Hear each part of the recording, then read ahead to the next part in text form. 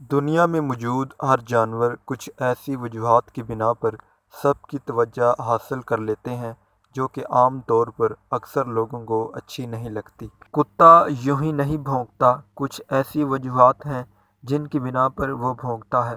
کتا بھی تنہائی محسوس کرتا ہے۔ یہ حقیقت ہے کہ انسانوں کی طرح جانور بھی تنہائی کا شکار ہوتے ہیں، اسی لیے جب وہ رات میں اکیلا پن محسوس کرتا ہے تو روتا ہے، آوازیں لگاتا ہے، اپنے ساتھیوں کو پکارتا ہے، اور جب اسے ساتھی مل جائے تو خوشی کا اظہار بھی وہ اسی انداز میں کرتا ہے۔ اس کے علاوہ جب کوئی کتا کسی تکلیف میں ہو یا گھر کا راستہ بھٹک گیا ہو تو بھی وہ بھونکتا ہے تاکہ اس کی آواز سن کر اس کے ساتھی اس کے پاس آ جائیں اور وہ خیریت سے ان کے ساتھ رخصت ہو جائے۔ کتوں کو خاموش نہیں پسند، اس لیے کوئی شور کرے نہ کرے، یہ خود ہی شور کر کے اپنی بوریت کو دور کر لیتے ہیں۔